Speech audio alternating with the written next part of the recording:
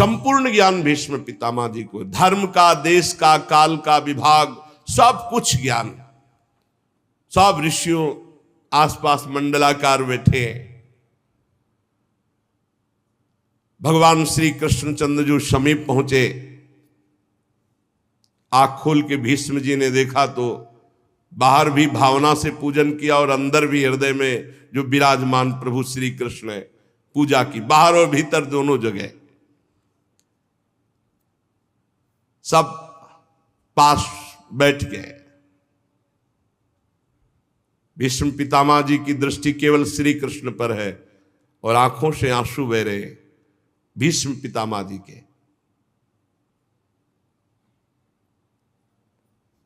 फिर युधिष्ठिर को नजदीक बुलाया और हाथ इशारे, तुम्हें बहुत कष्ट हुआ क्योंकि अन्याय का उस समय बोलबाला था। तुम लोग साधु सेवी, भगवत सेवी, तुमको इतना कष्ट नहीं होना चाहिए। तुम बचपन से दुख भोग रहे हो पांडव। अतिरथी पांडु की मृत्यु के समय तुम्हारी अवस्था बिल्कुल छोटी थी, तब से आज तक तुम्हें कष्ट ही कष्ट झेलना पड़ा। देखो, ये ध्यान रखना, जैसे बादल वायु के वश में रहते हैं, ऐसे लोकपालों सहित संपूर्ण जगत इन श्री कृष्ण के अधीन है। ये काल के भी काल हैं। तुम लोग दुखी मत होना, ये इन्हीं की मंगलमयी लीलाएं हैं। नहीं तो जहां साक्षात धर्मपुत्र राजा युधिष्ठिर हो, जहां वायुपुत्र गदाधारी भीमसेन हो, जहां धनुर्धारी गांडीव धनुष धारण करने वाले अर्जुन हो और उनके मित्र भगवान श्री कृष्ण हो, वहां दुख विपत्ति की संभावना भी नहीं। ये केवल इनकी लीला, श्री कृष्ण की लीला है। युधिष्ठिर, तुम इन कालों के भी महाकाल श्री कृष्ण को नहीं जानते हो, कब ये क्या करना चाहते हैं। कोई भी नहीं जानता, बड़े बड़े ज्ञानी भी नहीं जानते। युधिष्ठिर, सब ईश्वर कोटि के जितने महात्मा है सब इनकी इच्छा के अधीन है। इनको कोई नहीं जान सकता। जितना जनाते हैं उतना ही जान पाएगा। युधिष्ठिर, ये सब जितने ऋषि बैठे सर्वज्ञ हैं, ये सब जानते हैं कि श्री कृष्ण ही साक्षात भगवान हैं। इन्हीं के अंश से आदि पुरुष भगवान नारायण और जितने अवतार होते हैं इन्हीं के अंश से हैं। ये अपनी माया से अपने को छिपाकर मनुष्य लोक में ऐसी लीला कर रहे हैं जिससे इनके प्रभाव को कोई पूर्ण ये न जान पावे कि सच्चिदानंद भगवान है। मैं अंतिम समय गूढ़ राज से बोल रहा हूं कि साक्षात भगवान। बोलते ना अंतिम समय तो झूठ कोई बोलता नहीं। फिर भीष्म पितामह तो सत्य प्रतिज्ञ है, फिर भी कह रहे मैं अंतिम समय बोल रहा हूं। ये साक्षात भगवान, समस्त अवतारों के अवतारी। युधिष्ठिर, ये भगवान शंकर, देवर्षि नारद, भगवान कपिल, ये सब सर्वज्ञ महात्मा है। जो मैं बोल रहा हूं उसको जान रहे हैं। जिसे तुम अपना ममेरा भाई समझ रहे हो, प्रिय मित्र समझ रहे हो, हितैषी समझ रहे हो, तुमने प्रेम बस जिनको अपना मंत्री बनाया, दूत बनाया, सारथी बनाया और संकोच नहीं किया, तुम जानते हो ये कौन है? ये स्वयं परब्रह्म परमात्मा है। ये सर्वात्मा समदर्शी अद्वितीय अहंकार रहित निष्पाप परमात्मा, ये तुम्हारे प्रेम विवश होकर ऊंचे से ऊंचे, नीचे से नीचे हर कार्य करने में कभी संकोच नहीं किया। युधिष्ठिर, ये समतत्व हैं, फिर भी देखो तुम्हारी भक्ति के वश होकर ये पक्षपात किए। यही कारण है, यही कारण है इनकी करुणा का। क्या भक्ति का पक्षपात कि जब मैं अब अपने प्राण त्यागने जा रहा हूं तो स्वयं साक्षात चलकर हमारे सामने उपस्थित हुए। ये उपदेश दिलाने नहीं, ये हमारा अंतिम बनाने आए हैं। भगवत परायण योगी पुरुष भक्ति भाव से इनमें अपना मन लगाकर और वाणी से इनका नाम कीर्तन करके जब शरीर त्यागता है तो कामना और कर्म बंधन से छूटकर जीवन मुक्त वो भगवत धाम जाता है। देव देवेश कैसे प्रसन्न लग रहे हैं। कैसा हास्य प्रकट हो रहा है। देखो ना, रक्त कमल के समान अरुण नेत्र कैसे उल्लसित है, कैसा श्रीमुख। और ये तब जब मैं शरीर त्यागने जा रहा हूं। युधिष्ठिर उनकी बात सुनकर सरसैया पर सोए हुए भीष्म पितामह से बहुत से ऋषियों के सामने नाना प्रकार के धर्मों के संबंध में अनेकों प्रश्न पूछे गए। तत्ववेत्ता भीष्म पितामह ने वर्ण आश्रम के अनुसार पुरुष के स्वाभाविक धर्म, वैराग्य, राग के कारण और विभिन्न रूप से बतलाए हुए निवृत्ति प्रवृत्ति रूप द्विविध धर्म, दान धर्म, राजधर्म, मोक्ष धर्म, स्त्री धर्म, भागवत धर्म, सबका जो जो प्रश्न किया गया सबका भीष्म पितामह जी ने उत्तर दिया। भीष्म पितामह जी शांत होते चले जा रहे हैं। फिर भगवान श्री कृष्ण में दृष्टि लगाई, प्रश्नोत्तर बंद। देखा पीतांबर फहरा रहा है, नील मेघ की कांति गंभीर मुद्रा में भगवान श्री कृष्ण खड़े हैं। भीष्म जी की एकटक आंख श्री भगवान पे। क्या सुंदर मृत्यु का, अब भीष्म जी है, क्या सुंदर। आसपास सब भगवत स्वरूप महात्मा, सामने भगवान श्री कृष्ण। भीष्म जी को अब किंचन मात्र भी दुख नहीं है बाणों के चोट का।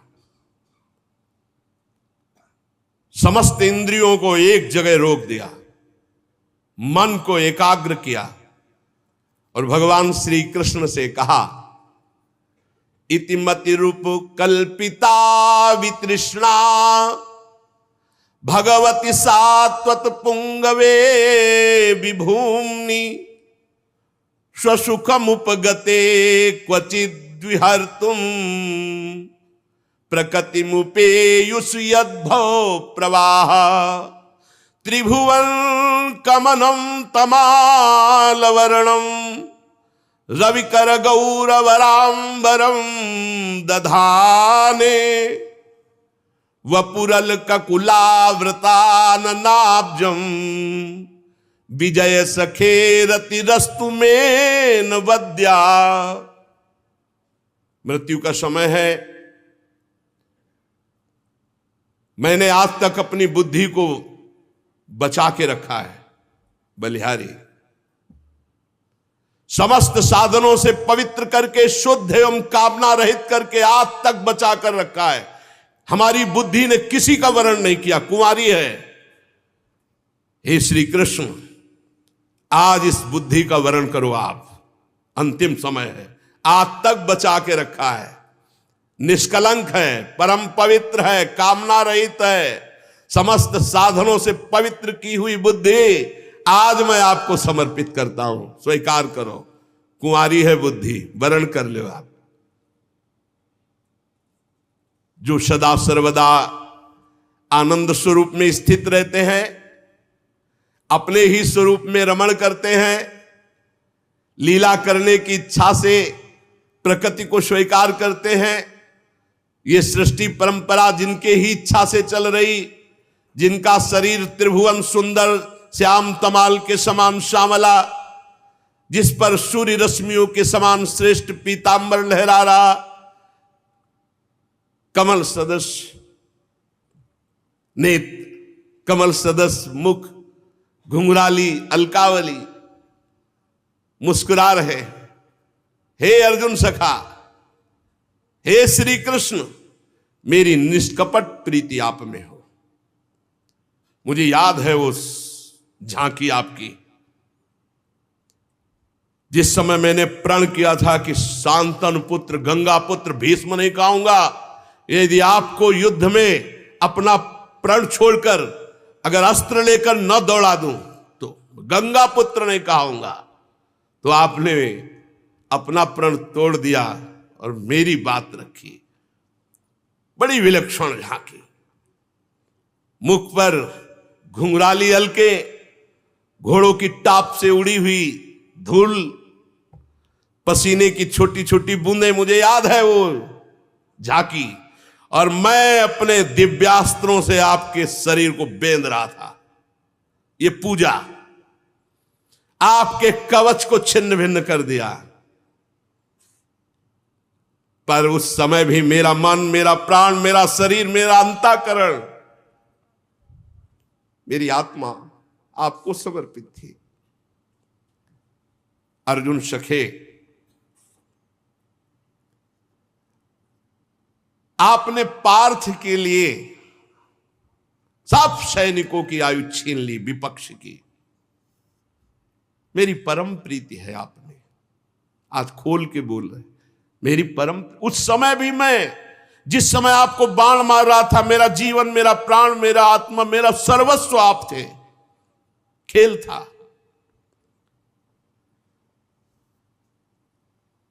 अर्जुन जब अपने मुझ जनों को देख करके मोहित हुए, तब आपने उनकी अविद्या का नाश करने के लिए विशुद्ध गीता का उपदेश किया। ऐसे गीता गायक श्री कृष्ण में मेरी प्रीति है।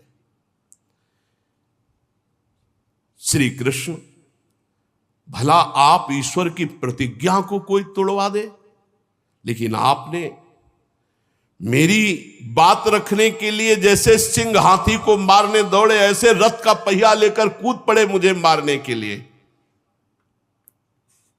प्रभु, और मुझ आताताई ने उस समय भी आपके ऊपर बाण चलाए, आपका कवच तोड़ डाला।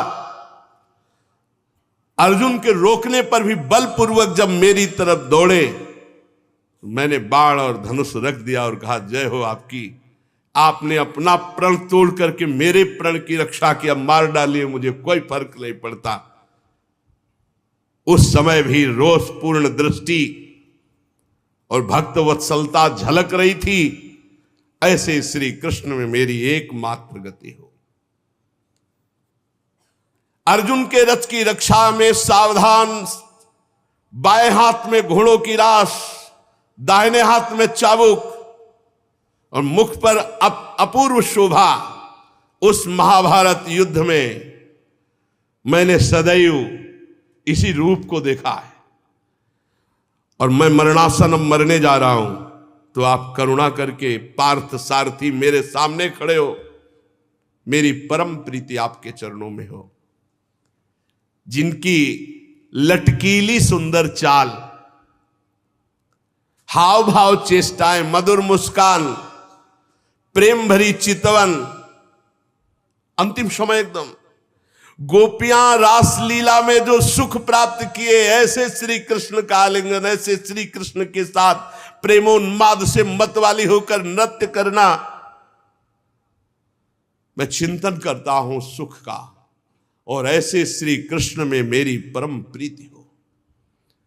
जिस समय युधिष्ठिर का राजसूय यज्ञ हो रहा था, मुनियों और बड़े बड़े राजाओं से भरी हुई सभा में सबसे पहले इन्हीं श्री कृष्ण की अग्र पूजा हुई मेरी आंखों के सामने। वही प्रभु आज मेरी मृत्यु के समय मेरे सामने खड़े, कितने कृपालु हैं। वास्तव में इस समय मैं श्री कृष्ण को प्राप्त हो रहा हूं। न भय है, न भ्रम है, न कोई संशय है। समस्त ऋषियों, सबके हृदय में विराजमान श्री कृष्ण को मैं प्राप्त हो रहा हूं। धीरे धीरे वाणी मौन, नेत्र मूंद लिए। जीव ही सबने देखा भीष्म पितामह की वाणी रुक गई, दृष्टि मुंद गई। सब एकदम अचानक खड़े हो गए और देखा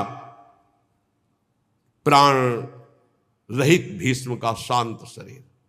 भगवान में सबसे कहा, मैं भगवान को प्राप्त हो रहा हूं। ये अंधे सामने भगवान खड़े, दृष्टि, मन, बुद्धि, चित्त, प्राण सब भगवान के चरणों में समर्पित कर दिया। अनंत ब्रह्म श्री कृष्ण में भीष्म पितामह जी वैसे ही लीन हो गए। आप चारों ओर सन्नाटा छा गया, जैसे दिन के बीतने पर संध्या काल के बाद पक्षियों का कलरव शांत हो जाता है। उसी समय देववाद्य बजने लगे, आकाश से पुष्पों की वर्षा हुई, भगवान श्री कृष्ण भी शांत गंभीर मुद्रा में, भीष्म जी का जीवन लीला शांत हुई। युधिष्ठिर जी भगवान की आज्ञा के अनुसार अंत्येष्टि संस्कार कराए। मुनियों ने भगवान श्री कृष्ण की पूजा अर्चना वंदना की। फिर सब ऋषिजन अपने अपने आश्रम को लौट गए। शौनक जी ने पूछा, धार्मिक शिरोमणि महाराज युधिष्ठिर ने अपनी पैतृक संपत्ति को हड़प जाने के इच्छुक आताताइयों का नाश करके अपने भाइयों के साथ किस प्रकार से राज्य शासन किया, कौन कौन से काम किए, क्योंकि महाराज युधिष्ठिर की भोगों में तो प्रवृत्ति थी नहीं। सूत जी कहते हैं, संपूर्ण सृष्टि को जीवित करने वाले भगवान श्री हरि कलहाग्नि से दग्ध कुरुवंश को पुनः अंकुरित कर युधिष्ठिर को उनके राज्य सिंहासन पर बैठाकर बहुत प्रसन्न हुए। भीष्म पितामह अंतर्ध्यान हो चुके। उनके वचनों से युधिष्ठिर की सब भ्रांति मिट गई। भगवान के आश्रय से समुद्र पर्यंत सारी पृथ्वी का शासन, समस्त राजा लोग उनकी आज्ञा में, ऐसा महान पद युधिष्ठिर जी को प्राप्त हुआ। भगवान महल की जितनी भी देवियां हैं सबसे मिल रहे हैं। फिर युधिष्ठिर जी से कहा कि अब हमें जाने की अनुमति दीजिए। युधिष्ठिर जी बार बार हृदय से लगा रहे हो, कह रहे कि कैसी बात कहते हो, कौन ऐसा होगा जो आपको जाने की अनुमति दे, पर आपको जिसमें सुख मिले भगवान आज्ञा करिए, रथ तैयार किया जाए और अब हम द्वारिकापुरी के लिए चलते हैं। समान उम्र वालों को आलिंगन किया, छोटी उम्र वालों ने जो भगवान को प्रणाम किया तो आशीष दिया। सुभद्रा, द्रौपदी, कुंती, उत्तरा, गांधारी, धृतराष्ट्र, युत्सु, कृपाचार्य, नकुल, सहदेव, भीमसेन, धौम्य, सत्यवती, ये सब मूर्छित से हो रहे हैं भगवान के वियोग की भावना में। मुरली मनोहर सारंगपाणी भगवान श्री कृष्णचंद्र जी द्वारिकापुरी जाना चाहते, इस बात से सब विकल हैं। भगवत भक्त संत पुरुषों के संग से जिनका दुस्संग छूट गया है, वह विचारशील पुरुष भगवान के मधुर मनोहर सुयस को, नाम को एक बार स्वाद पा ले तो छोड़ नहीं सकता। फिर उन नामी, उन भगवान के रूप का ये तो बैठ करके वार्ता करना, खेलना, हंसना, खाना पीना, ये कैसे जी सकते हैं भगवान के बिना। जो दुस्संग त्यागी सत्संगी जन है, उनको एक बार चस्का लग जाए भगवान की कथा का, भगवान के नाम का, तो वो जीवन त्याग सकते हैं। भगवान का भजन या भगवान की लीला कथा नहीं त्याग सकते। फिर जिनको सामने भगवान खेले, हंसे, खाए, वो ये सब पांडव कैसे विरह सह सकते हैं। भगवान ने सुभद्रा जी की तरफ देख करके प्रसन्न मुद्रा में संतोष धारण करो। राजा युधिष्ठिर द्वारिका जाने के लिए व्यवस्था करें। भगवान किसी को मधुर मनोहर वचनों से, किसी को दृष्टि से, किसी को छू को, किसी को बोलकर, किसी को हृदय से लगा के सबको संतुष्ट कर रहे हैं। भगवान के प्रस्थान के समय मृदंग, शंख, भेरी, वीणा, ढोल, नरसिंगे, धुंधुरी, नगारे, घंटे, दुंदुबियां एक साथ बजने लगी। भगवान के दर्शन की आकांक्षा से हस्तिनापुर में भीड़ लग गई। भगवान के प्रिय सखा घुंघराले वाल वाले अर्जुन ने पीतम श्री कृष्ण का श्वेत छत्र पकड़ रखा है, जिसमें मोतियों की झालर लटक रही, रत्नों का डंडा, उसको पकड़े हुए। उद्धव और सात्विकी बड़े भाव से चंवर डुला रहे। भगवान जेभी रथ चला, चारों ओर पुष्पों की वर्षा, बड़ी मधुर झांकी। दिव्य ब्रह्म ऋषि लोग वेद वाक्य उच्चारण कर रहे हैं, आशीष सुनाई दे रहे। हस्तिनापुर की रमणियां भगवान श्री कृष्ण के रूप में चित्त को लगाए हुए और आपस में बात कर रहे हैं, सखी ये सनातन परम पुरुष परमात्मा है, जो प्रलय के समय भी अपने अद्वितीय निर्विशेष रूप में स्थित रहते हैं। जब प्रलय होता है तो ब्रह्मा जी संपूर्ण सृष्टि समेट करके इन्हीं में समा जाते हैं। ये जगदात्मा ईश्वर हैं, संपूर्ण जीव इन्हीं में लीन होते हैं और फिर इन्हीं से प्रकट हो जाते हैं। ये देखो सब जीवों को मोहित करते हुए छुपे हुए कैसे है। इस जगत में जिसके स्वरूप का साक्षात्कार जितेंद्री योगी अपने प्राणों को वश में करके भक्ति से प्रफुल्लित निर्मल हृदय से किया करते, वही ये श्री कृष्ण साक्षात परब्रह्म मेरे नेत्रों के सामने है। सखी, वास्तव में उसी का जीवन धन्य है जिसने इनको देखा, जिसने इनकी सुंदर लीलाओं का गायन और श्रवण किया। जब भगवान की हेतु की कृपा होती तब लीला गायन, लीला श्रवण, नाम जप, इनमें रुचि होती है। बड़ा प्रशंसनीय है वो जो भगवान के नाम गुण रूप लीला धाम में, और धन्य है यदुवंशी जो इनके साथ खा पी कर हंस खेल कर महान सुख ले रहे हैं। हे सखी, बड़े हर्ष की बात है कि द्वारिका ने सब लोगों का तिरस्कार करके सौभाग्य प्राप्त किया, क्योंकि ये द्वारिका में विराजमान है। सखी, हम तो उनके सौभाग्य देख रहे हैं जिनका पाणी ग्रहण इन्होंने किया है। पाणी ग्रहण ये शरणागति भी है। एक पाणी ग्रहण का संबोधन है विवाह से और एक पाणी ग्रहण का संबोधन है शरणागति से। हम तो सखी धन्य धन्य उनको मानती हैं जिनका पाणी ग्रहण भगवान बाहु पकड़ लेते हैं शरणागत की। अवश्य उन्होंने कोई बड़ा व्रत, कोई स्नान, कोई हवन, कोई जप तप किया होगा, क्योंकि परमात्मा उन्हें प्रीतम रूप से मिले। वो बार बार इनकी रूप माधुरी का पान करती होंगी। सखी, स्मरण मात्र से मेरा हृदय व्याकुल हो रहा है, मूर्छा सी आ रही है। कितना सुख प्राप्त करते हैं, और इनसे भी ज्यादा सुख तो ब्रज गोपियों ने प्राप्त किया। सखी, धन्य है वो ब्रज गोपियां जिनके इशारे पर ये नंद नंदन नाचते थे। सखी, सबसे बड़ा सुख श्री रुक्मिणी जी को मिला द्वारिका में। शिशुपाल आदि मत वाले राजाओं का मान मर्दन करके अपने बाहुबल से उठा लाए, अपहरण कर। प्रद्युम्न, शांबाद कितने इनके पुत्र हैं। और हमने तो सुना है कि भौमासुर को मार करके लाई हुई 16,000 इनकी और पत्नियां हैं। वास्तव में वो सब धन्याति धन्य देवी होंगी। उनका जीवन परम धन्य हो गया, परम पवित्र, परम उज्जवल हो गया, जिसको श्री कृष्ण ने स्वीकार कर लिया। इनकी महिमा का वर्णन क्या करें, ये तो साक्षात कमल नयन भगवान पर ब्रह्म परमात्मा श्री कृष्ण है। हस्तिनापुर की स्त्रियां से प्रभु के विषय में बातचीत कर रही। अजात शत्रु युधिष्ठिर ने भगवान श्री कृष्ण की रक्षा के लिए बहुत सी सेना साथ भेजी। यद्यपि भगवान सर्व समर्थ पर प्रियता में शंका होती है। अधिक प्रीतिमन भाषण देहा। युधिष्ठिर जी ने आग्रह करके सके भगवान आप सेना साथ ले जाइए। भगवान कुरजांगल, पांचाल, सूरसेन, यमुना के तटवर्ती प्रदेश, ब्रह्मावर्त, कुरुक्षेत्र, मत्स्य, सारस्वत, मर्धन्नो देश को पार करके फिर आनर्त देश में आए। यहां कुछ विश्राम किया।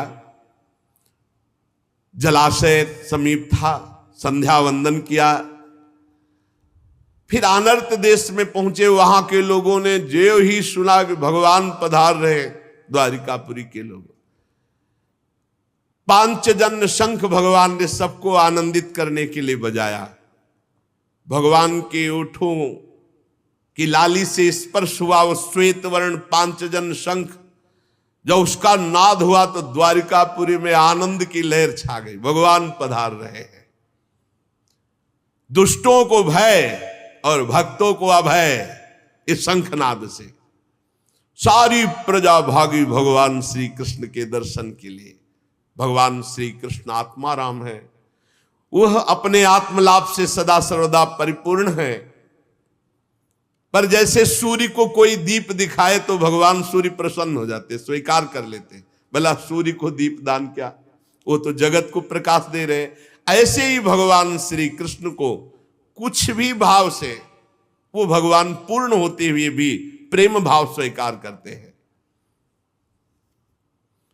सब आकर के भगवान की तरफ कोई पुष्प अर्पित कर रहा है, कोई बोल रहा है, कोई देख कर केवल आंसू बहा रहा है, जैसा जैसा सबको भगवान सुख पहुंचा रहे हैं।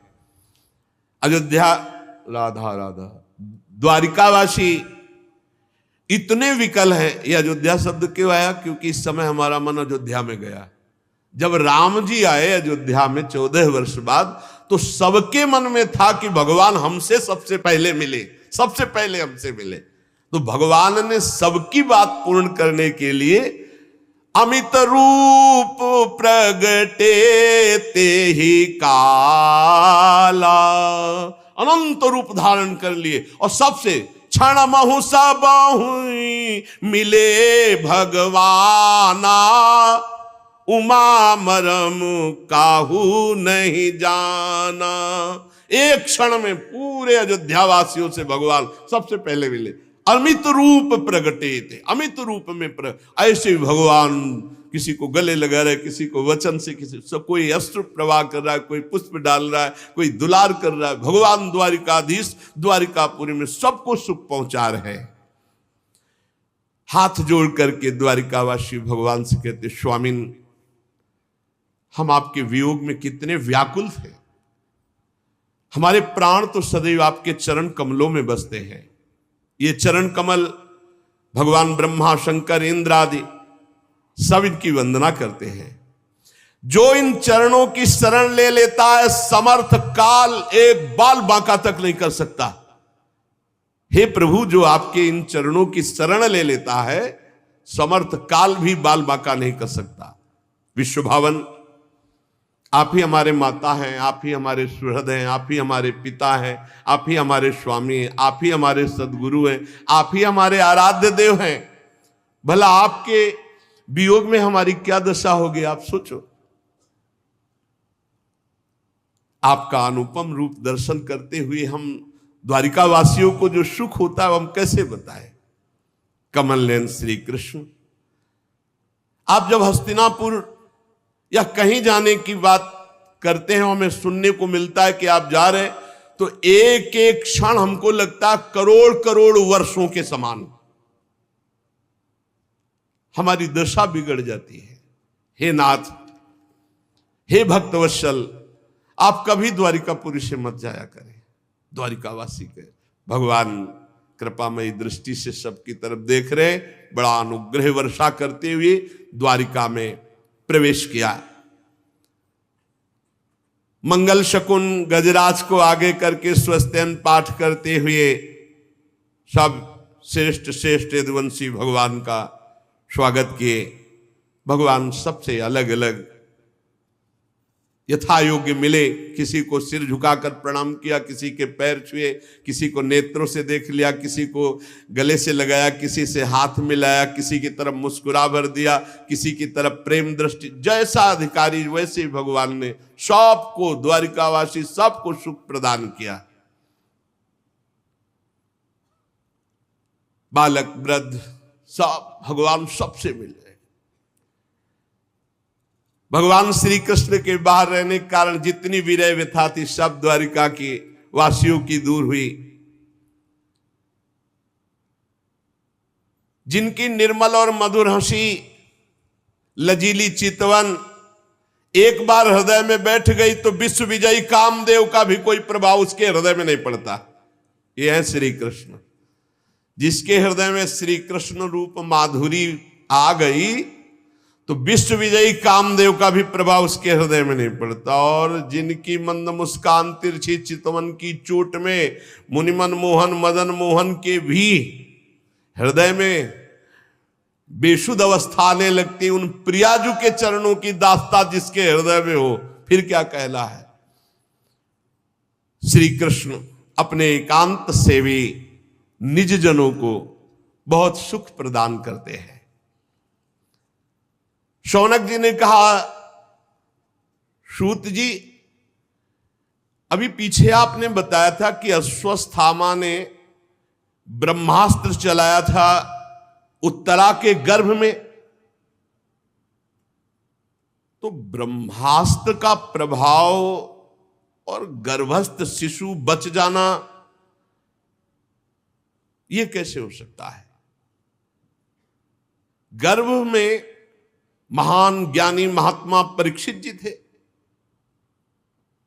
तो हमें लगता है कि भगवान ने ही उस समय स्वयं रक्षा की होगी, क्योंकि ब्रह्मास्त्र से बचना संभव है। फिर दूसरी बात मेरी और प्रश्न बन रहा है कि परीक्षित जैसे धर्मात्मा से कोई अपराध बन जाना, उनके लिए शाप होना, श्री सुखदेव जी का ज्ञानोपदेश करना, हम पूरा प्रसंग सुनना चाहते हैं। सूत जी ने कहा, धर्मराज युधिष्ठिर अपनी प्रजा को प्रसन्न रखते हुए पिता के समान उसका पालन करने लगे। वो भोगों से निष्प्रिय होकर निरंतर भगवद स्मरण परायण होते हुए राज्य पालन करते, अतुल संपत्ति, बड़े बड़े यज्ञ करके भगवान की आराधना करते। जम्बूद्वीप के स्वामी, स्वर्ग तक उनका यश, क्या कमी थी महाराज युधिष्ठिर के पास? देवता लालायित होते ऐसे भोग थे। पर महाराज पांडवों को भगवान श्री कृष्ण के सिवा और कुछ प्रिय नहीं था। शौनक जी, जिस समय अश्वत्थामा ने ब्रह्मास्त्र चलाया, उत्तरा के गर्भ में ब्रह्मास्त्र का प्रभाव गया, तो वो बालक ब्रह्म तेज से जलने लगा ब्रह्मास्त्र के प्रभाव से। पर उस समय उस बालक ने देखा कि श्याम वर्ण एक तेजस्वी ज्योतिर्मय पुरुष आसपास उसके ऐसे घूम रहा है, और ब्रह्म तेज बाहर आसपास। अब वो बालक को नहीं छू पा रहा, बस अंगूठे भर का वो श्याम रंग का तेजस्वी, बहुत ही निर्मल, अत्यंत सुंदर श्याम शरीर, बिजली की तरह चमकता हुआ पीतांबर, सिर पर मोर मुकुट, निर्विकार पुरुष, लंबी लंबी भुजाएं, कानों में तपाए हुए स्वर्ण के सुंदर कुंडल, आंखों में लालिमा, और हाथ में दिव्य गदा लिए हुए बार बार वो शिशु देख रहा है कि मेरे चारों ओर घुमा। तो कौमुदकी गदा के प्रभाव से गर्भस्थ शिशु में ब्रह्मास्त्र का प्रभाव नहीं पड़ पाया। जैसे सूर्य अपनी किरणों से कुहरे को भगा देता है, वैसे ही कौमुदकी गदा के प्रभाव से ब्रह्मास्त्र के तेज को उस महापुरुष ने शांत कर दिया। गर्भस्थ शिशु सोचने लगा, ये कौन है? इस प्रकार 10 मास के गर्भस्थ शिशु के सामने भगवान श्री कृष्ण का साक्षात दर्शन और भगवान श्री कृष्ण की कौमुदकी गदा के प्रभाव से ब्रह्मास्त्र के तेज का शांत हो जाना, और तत्काल वो सोच ही रहे थे कि भगवान अंतर्ध्यान हो गए। जे भी भगवान अंतर्ध्यान हुए, ते ही समस्त सद्गुणों को विकसित करने वाले शुभ समय में पांडु के वंशधर बालक का जन्म हुआ। जन्मते समय ही इतना महान तेजस्वी, क्योंकि गर्भ में भगवत साक्षात्कार हो गया है, महान तेज संपन्न। महाराज युधिष्ठिर जब सुना पौत्र हुआ, बड़े प्रसन्न हुए, क्योंकि अर्जुन पुत्र अभिमन्यु पुत्र परीक्षित। राजा युधिष्ठिर, धौम्याचार्य, कृपाचार्य सबको बुलाया, जात संस्कार करवाए, बड़े दान दिए गए। जब बालक का नाल छेदन नहीं होता, उसके पहले, नाल छेदन के पहले तक, उस समय को कहते हैं प्रजा तीर्थ। उस समय जो दान दिया जाता है उसका बड़ा महत्व है। नाल छेदन नहीं हुआ, बालक हुआ, उस समय के दान को बड़ी महिमा, प्रजा तीर्थ कहते हैं। उसी समय युधिष्ठिर ने बहुत दान किया, हाथी, घोड़ा, स्वर्ण, बहुत। युधिष्ठिर जी ने कहा, पुरुवंश शिरोमणि, काल की दुर्निर्वार गति अस्वस्थामा वंश मिटाना चाहता था, परंतु भगवान श्री कृष्ण ने बालक की रक्षा की है, इसलिए इसका नाम विष्णुरात।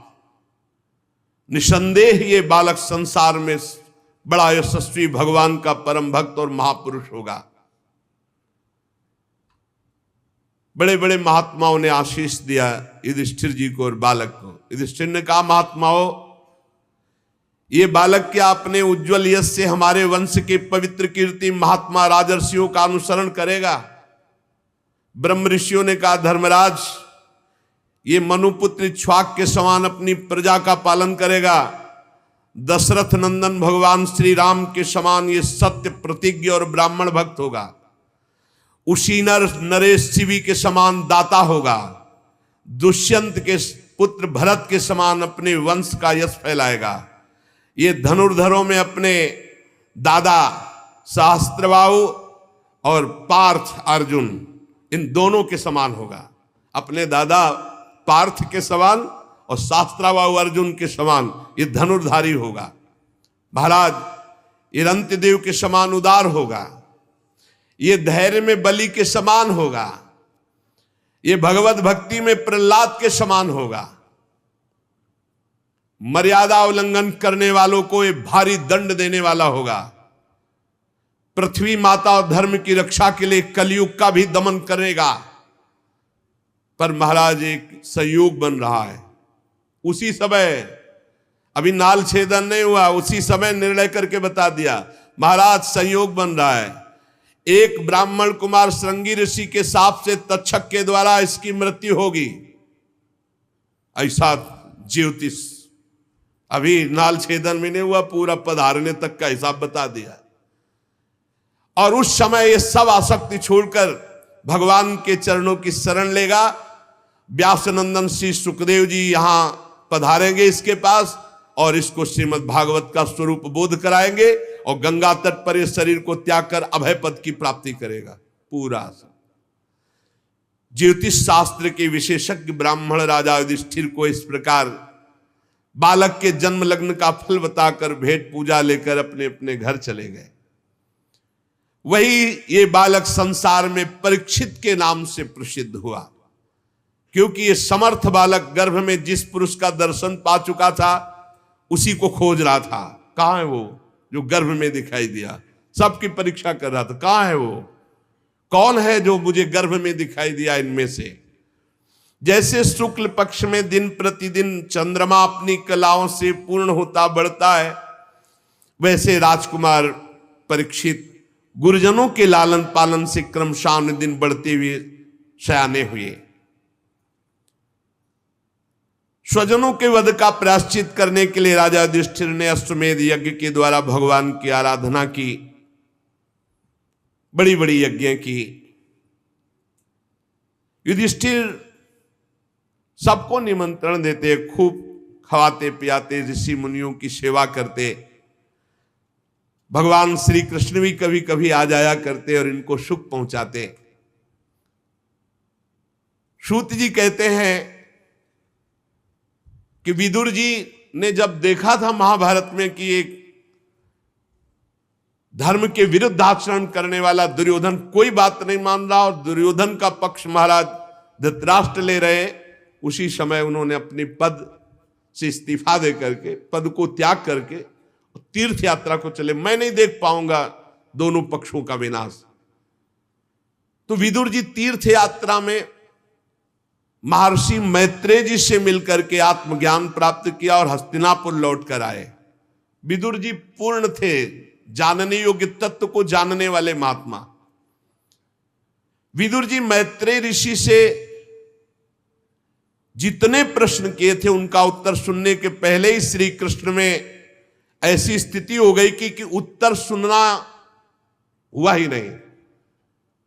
जो उत्तर वो दे रहे थे उसी में स्थित थे, वो ऐसे कि बार सुनाई ही नहीं दिया, उपराम हो गए।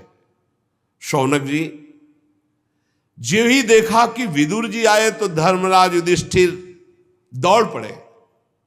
धृतराष्ट्र, युत्सु, संजय, कृपाचार्य, कुंती, गांधारी, द्रौपदी, सुभद्रा, उत्तरा, कृपी, पांडव परिवार सब दौड़ पड़े, मानो मृत शरीर में प्राण आ गए हों विदुर जी को देखकर। सब ने अगवानी की, सब कोई चरणों को प्रणाम कर रहा है, कोई हृदय से लगा रहा है, सबके आंसू बह रहे। युधिष्ठिर जी ने दिव्यासन अर्पित किया विदुर जी को, पूजन किया, भोग पवाया, विश्राम कराया। फिर युधिष्ठिर जी ने विनय से सर झुकाकर सबके सामने कहा, चाचा जी, जैसे पक्षी अपने अंडों को पंखों की छाया के नीचे रखकर सेते और बढ़ाते हैं, वैसे आपने बचपन से लेकर अभी तक अपनी कृपा से हमें विपत्तियों से बचाया, हमें पाला पोषा। अब हम आपसे जानना चाहते हैं कि आप जब तीर्थ यात्रा के लिए निकले तो किस वृत्ति से जीवन निर्वाह किया, किन किन तीर्थों में गए, क्योंकि भगवान के प्यारे भक्त तो स्वयं तीर्थ स्वरूप होते हैं। अपने हृदय में विराजमान भगवान को निरंतर चिंतन करते हुए जो प्रकट किए हुए महात्मा है, वो तीर्थों में जहां जाते हैं तो तीर्थ को महातीर्थ बना देते हैं। तीर्थे कुर्वन्ति तीर्थानि स्वांता हस्तेन गदाभृता। चाचा जी, आप तीर्थ यात्रा करते द्वारिकापुरी भी गए होंगे। भगवान श्री कृष्ण मेरे तो जीवन प्राण आराध्य देव हैं, सुखी है ना? आपने जाकर देखा वहां सब सुखी हैं? युधिष्ठिर जी के इस प्रकार पूछने पर विदुर जी ने तीर्थों और यदुवंशियों के संबंध में जो कुछ देखा, सुना, अनुभव किया था क्रम से बतला दिया, पर मुख्य बात नहीं बताई। जब ये विदुर जी लौट करके आए थे तब तक यदुवंशियों का राधेश्याम हो चुका था, उसे गुप्त कर लिया। क्योंकि करुणा में विदुर जी पांडवों को अपने सामने कभी दुखी नहीं देख सकते थे, इसलिए उन्होंने कोई असही घटना नहीं सुनाई, क्योंकि वो तो स्वयं प्रकट हो जाएगी, बताने की क्या जरूरत है। हस्तिनापुर में बड़े सम्मान से विदुर जी कुछ समय तक रहे। ये विदुर जी साक्षात धर्मराज हैं, मांडव्य ऋषि के साप से 100 वर्ष के लिए विदुर रूप में आए हुए थे मानव देह में। कई बार सत्संग में सुनाया है मांडव्य ऋषि की चर्चा। इतने दिनों तक यमराज की पदवी पर अर्यमा जी थे, उस पदवी में बैठते ही वो सामर्थ्य आ जाती है। ये दैवी संपदा से युक्त पदवियां हैं, तो अर्यमा जी ठीक पापियों को उचित दंड दे रहे थे। राज्य प्राप्त हो जाने पर अपने लोकपाल सरीखे भाइयों के साथ राजा युधिष्ठिर परीक्षित जी को देख करके बहुत आनंदित रहने लगे कि योग्य अधिकारी है। पर ये सब भूल चुके थे कि एक वो समय है जिसमें सर्वनाश होना है। पांडव भी ये भूल चुके थे कि अनजान में वो समय आ रहा है जिसमें हमारी मृत्यु होनी है, सबको मरना है। परीक्षित जी का वो सौंदर्य, परीक्षित जी का वो सब प्रसन्न थे। देखते देखते भयानक समय आ गया जिसे टाला नहीं जा सकता। विदुर जी ने देखा काल की गति, धृतराष्ट्र से कहा, महाराज अब भी तुम्हारी समझ में नहीं आता? वैराग्य दिलाने के लिए कटुवचन बोलना ही होता है। बड़ा भयंकर समय आ रहा है और तुमने बड़ा भयंकर देख भी लिया, फिर भी सुखी होकर इनके टुकड़े खा रहे हो यहां हस्तिनापुर के महल में बैठ करके। मुझे दिखाई दे रहा है सर्वनाश, अब भाग चलो यहां से, निकलो, बात की बात में सर्वनाश हो जाएगा, भागो यहां से, अपना काम बना लो, भजन कर लो। सब मारे जा चुके, फिर भी तुम्हें जीने की आशा है? शरीर बुढ़ापे का शिकार है, या हस्तिनापुर में अब इनके शासन में पड़े हुए टुकड़े पा रहे हो? जीवित रहने की इच्छा? गृहपालवत, गृहपालवत कुत्ते, भीमापवर्जितम पिंडो मां दत्ते गृहपालवत, अहो महीयसी जंतुर जीविताशा यया भवान। कैसा मोह है कि अब भी जीने की आशा रखते हो, पूरे परिवार का विनाश करवा दिया, अब यहां इनके दिए हुए टुकड़े खाकर जीवन व्यतीत करते हो। तुम्हें संकोच नहीं हो रहा? तुम्हें अपने हृदय में ग्लानि नहीं हो रही? जिनको विष दे के मारना चाह, जिनको आग में जलाना चाह, जिनकी पत्नी को सभा में अपमानित किया, जिनकी भूमि छीन ली, जिनसे युद्ध किया, आज उनके दिए हुए टुकड़े को खा रहे हो, क्या गौरव रखते हो अपने अंदर? विदुर जी ने डांट लगाई धृतराष्ट्र जी को। हद हो गई, अज्ञान की हद हो गई। अब भी जीना चाहते हो?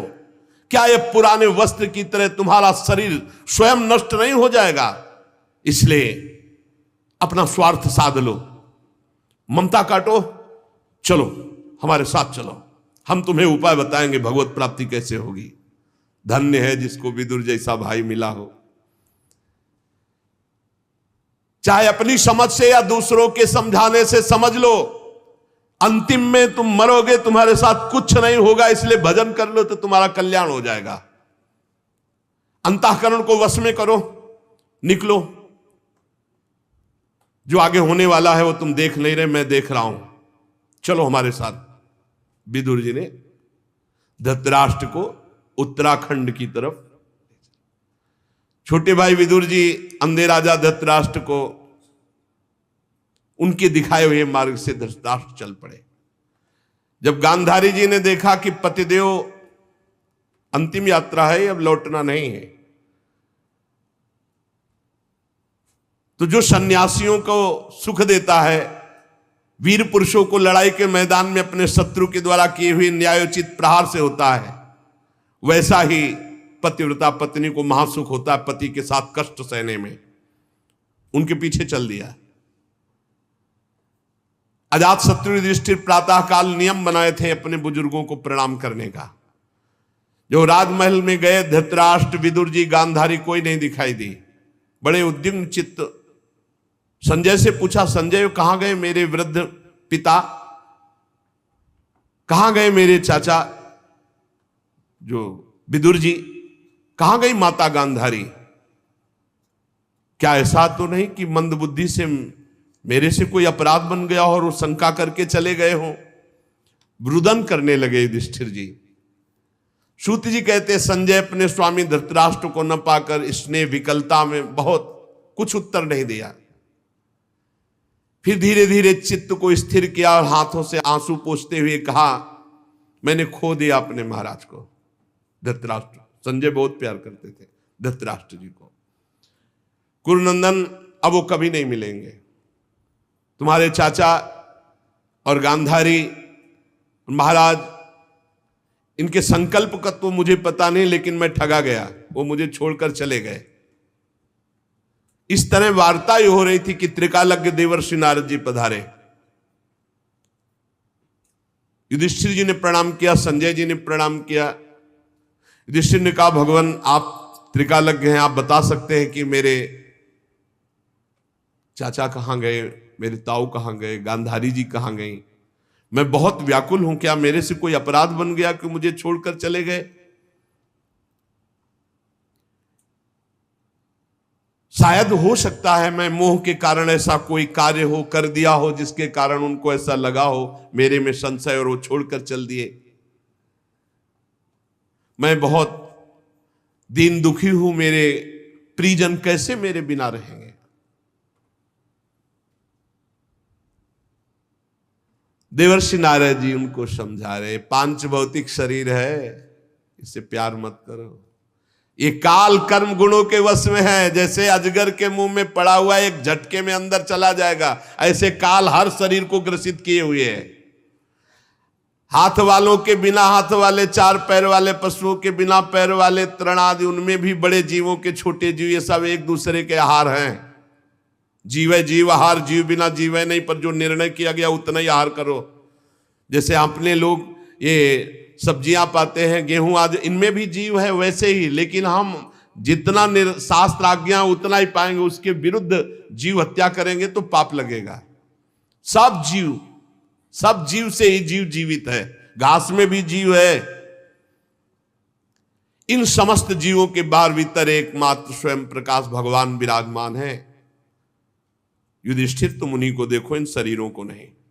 महाराज, समस्त प्राणियों के जीवन दान देने वाले भगवान इस समय पृथ्वी तल पर देवद्रोहियों का नाश करके काल रूप से विराजमान रहे थे। वो अपना कार्य पूरा कर चुके। बस थोड़ा सा कार्य और रह गया है तुम लोगों का। तुम लोगों के भी अंतर ध्यान का समय आ रहा है। धर्मराज, मैं देख रहा हूं जिनके लिए तुम विकल हो रहे हो, हिमालय के दक्षिण भाग में जहां सप्तऋषि प्रसन्नता के लिए गंगा जी ने अलग अलग 7 धाराओं के रूप में अपने को विभक्त कर दिया, सप्त स्रोत कहते हैं, वहां ले गए हैं विदुर जी धृतराष्ट्र और गांधारी को। त्रिकाल स्नान करवाते हैं, विधि पूर्वक अग्निहोत्र कराते हैं और सारी कामनाओं को शांत करके केवल जल का पान करवा के और उनको बैठाल दिया है। विदुर जी के प्रभाव से इस समय धृतराष्ट्र और गांधारी ठूंठ की तरह अपने शरीर को शांत करके बैठ गए हैं। 5वें दिन आज के उनके शरीर में आग लग जाएगी, दोनों भस्म हो जाएंगे। पर्णकुटी सहित दोनों के शरीर भस्म हो जाएंगे, गांधारी जी का भी धृतराष्ट्र का भी। विदुर जी अपने सामने अपने भाई को मोक्ष प्रदान करके धृतराष्ट्र को और गांधारी को पुनः तीर्थ सेवन के लिए चले जाएंगे। आप लोग शोक मत करो, मैं त्रिकालज्ञ हूं, देखकर बता रहा हूं। नारद जी बताकर चले गए। बड़ा विचित्र खेल है। इस संसार से सबको जाला है, कुछ साथ नहीं जाएगा। चाहे जितना लड़ाई झगड़ा करके राज्य एकत्रित कर लो, चाहे रुपया एकत्रित, बड़ा समय बलवान है। सब दिन होत ना एक समान। इसलिए भाई अपने कर्तव्य का पालन करते हुए ना